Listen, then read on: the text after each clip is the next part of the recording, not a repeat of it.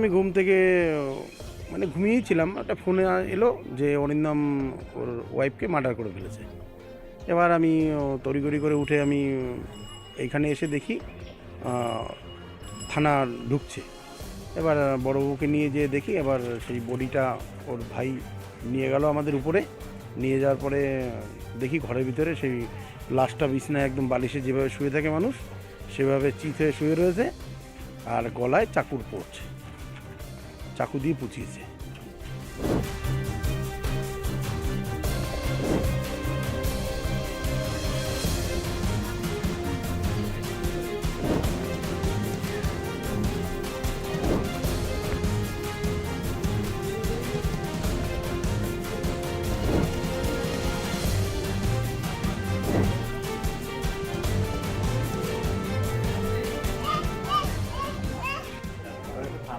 কালকে হঠাৎ বৌদি বললো কি আমি আসছি, ঠিক আছে।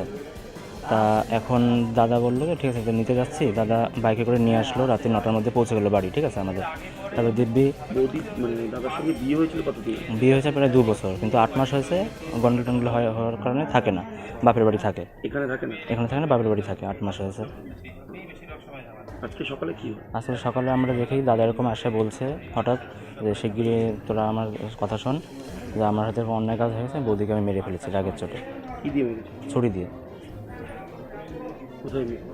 গলায় দেখেছি আমি শুধু, আর বাদ বাকি দাগগুলো আমি দেখিনি, গলায় দেখেছি। তারপরে কি থানায় গিয়েছেন? হ্যাঁ, দাদা থানায় গেছেন। কোথায়? হেলেন্সা থানা, বাগদা থানায়? মানে এই বাগদা, হেলেন্সা রয়েছে বাগদা থানা। আগে কি গন্ডগোল হতো? আগে যখন এখানে যখন ছিল তখন টুকিটাকি গন্ডগোল হতো, কিন্তু তাই বলে এতটা হতো না, মারামারি মতন অবস্থা হয়ে যাবে তাই বলে। কি করে তোমার দাদা? ডাক্তার। কিসের ডাক্তার? মেডিসিন। এমডি করছে? এমডি করছে এসএসকেএম হাসপাতালে, পিজিতে। পরে কি বাগদা থানায় সারেন্ডার করছে? হ্যাঁ, পরে যে ও মানে পালিয়ে যাওয়ার একটা পরিকল্পনা ছিল। ও পরবর্তীতে মানে যা শুনলাম যে তারা বলেছে যে না তোর ভাই বাবা আছে, তাদের ধরবে পুলিশ, তারপরে সে স্যালেন্ডার করেছে বাগদা থানাতে। এদের এই বউটা এদের এটা মানে ডাক্তারি করতো, বউটাও ডাক্তার, হোমিওপ্যাথিক ডাক্তার। এবার এদের মনে হয় প্রেম ভালোবাসা করেই এরা বিয়ে করেছে। এরা সামাজিক মতে বিয়ে করেনি, এরা রেজিস্ট্রি বিয়ে করেছে। এদের মাঝে মাঝে এরকম গণ্ডগোল হতো, আগে পরেও এরকম গণ্ডগোল হয়েছে। আমরা গ্রামের পক্ষ থেকে আমরা এসে এদের মিটিয়েছি। এবং এই যে অরিন্দম, এই বাবাকেও মারতো, ছোট ভাই আছে তাকেও মারতো। অরিন্দম কিসের ডাক্তার? ও আমরা তো সত্যি কথা বলতে আমরা মানে ব্যক্তিগতভাবে আমি তো ওকে ডাক্তারই ভাবতে পারি না, কেন ওর কথাবার্তাই তো ডাক্তার সুলভ কথাবার্তা না। ও কী করে ডাক্তারি হলো বা কী হলো সেটা তো বুঝতে পারলাম না, কিন্তু ও আবার রুগী দেখতো। ও আমরা শুনলাম ও পিজি হসপিটালে এমডি করছে। প্রথমে এসে তো ভালো দুজনে, ওরা বললো তোরা খা, আমরা দুজন পরে খাবো। ভাত বেড়ে আবার মিটিংয়ে রাখতে হবে। তারপরে আমরা নিচে শুয়ে থাকি, বলে তোরা ঘুমা, আমরা ভোরে ছাড়া কিছু জানতে পারি না। ছোটো ছেলে ডাকতে যাই,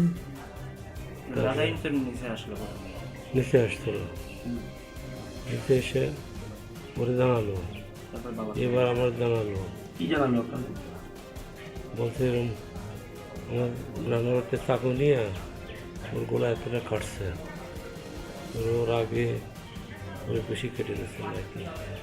আমি দেখতে যাই নাই, কারণ রক্ত দেখলে আমার মাথা করে পড়ে যায়।